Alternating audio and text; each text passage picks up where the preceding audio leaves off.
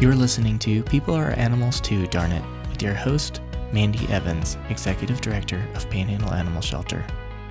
Hello and welcome to People Are Animals Too, Darn It. Today I'm going to talk about the relationship between veterinary clinics and animal shelters. For a lot of people, it's surprising to hear that animal shelters and vet clinics can have a tumultuous relationship. I was completely shocked when I joined the animal sheltering world to find that this is true. And I think that both parties have truly positive intentions and that we need to just kind of dive into it a little bit more, and that will bring a greater understanding. So, companion animal veterinary clinics, what is their side of it? They are getting animals from the animal shelter that might present medical concerns, some challenges that are coming from the animal shelter, and that can be really challenging. But from the animal shelter perspective is that if you're seeing things like that it's great if that veterinary clinic calls the shelter and says, hey, you know what we've been seeing a lot of is blah, blah, blah. And then offering to help the shelter. Do you know about this? Like, can we assist you? Because I think a misconception is that some shelters have a ton of information and veterinary knowledge because they've advanced far enough to either having a shelter veterinarian or have gone through a series of training, such as University of Wisconsin Veterinary Medicine has an amazing training that they do for shelters. But other shelters might be challenged with the amount of access they have to veterinary medicine. And some of those shelters, like a municipal shelter, may really view themselves as a animal housing facility, not necessarily one that is providing a full range of care for their animals. They're looking at it from the standpoint that they're doing a public service, the pets are coming in, they're being sheltered, and then they're sent back out.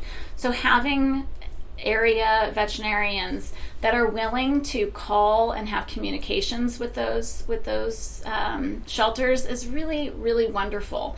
Because if they're not, what happens then is that adopters call up the shelter and say, I just went and visited Dr. Smith, and he said that a lot of your animals are coming in with upper respiratory and there's something you guys are doing and I want my money back. But there's no offer to help the shelter. So that's important to say, okay, I'm sorry for, that this is happening, but we haven't been seeing it in the shelter, and we'll work with the veterinarian to care for your pet. Something, but it puts the shelter and the veterinary clinic at odds with each other. But if we can talk to each other, it changes everything. So even on a sheltering perspective, one of the things that we see with shelters that we talk to throughout the country is that there are two different kind of leadership styles. One is where they say, I don't know how to do this, or I'm not good at it. How do you do it? They own their weaknesses and they want to grow and they seek out information to do better.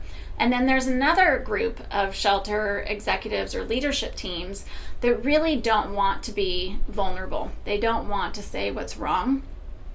And so what happens is that they don't have the best information or the most up-to-date information because they're not owning the areas that they need growth. The other factor is that shelter veterinary medicine is different than companion animal medicine.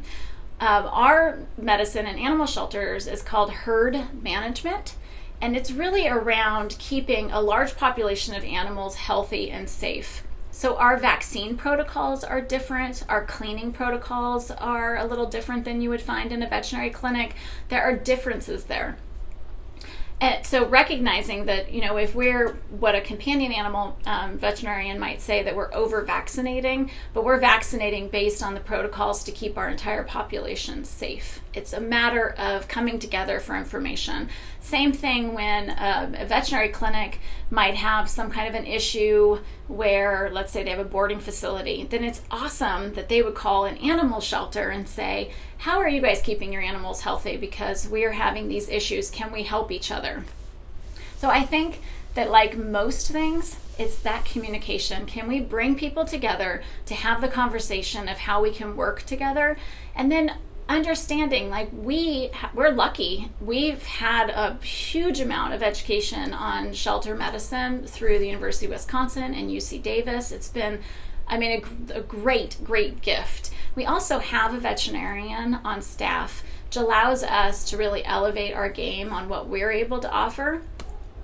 So with our area vets, we make a point to call and talk to our area vets frequently so they know where we stand. If we see any issues that we feel might be a public health risk, we immediately let them know. We really try to build our relationships so that they know what we're doing on a regular basis. There's no questions. So that would be my recommendation, is if you're having challenges with your local vet clinics and you're an animal shelter, or you're a vet clinic watching and you are struggling with your animal shelter, is trying to figure out some common ground, different ways that you can come together and talk, because both of you are in it for the right reasons. You're both here to serve animals in need, and how you guys can do that together is absolutely wonderful. Like, you're serving an entire community if you're able to come together and proactively help.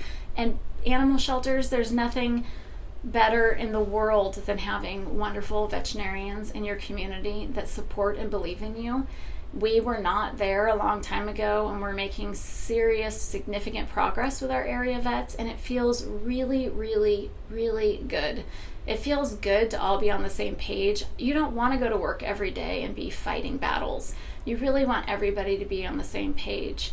So talk to each other, get feedback, and vet clinics, if you're seeing things, don't hesitate to contact the shelter. Let them know. Try not to judge. Provide information. Help each other serve your community. If you have any comments, questions, concerns, stories, anything you would like to share, I would love to hear from you. You can do so in our comment section. Thank you.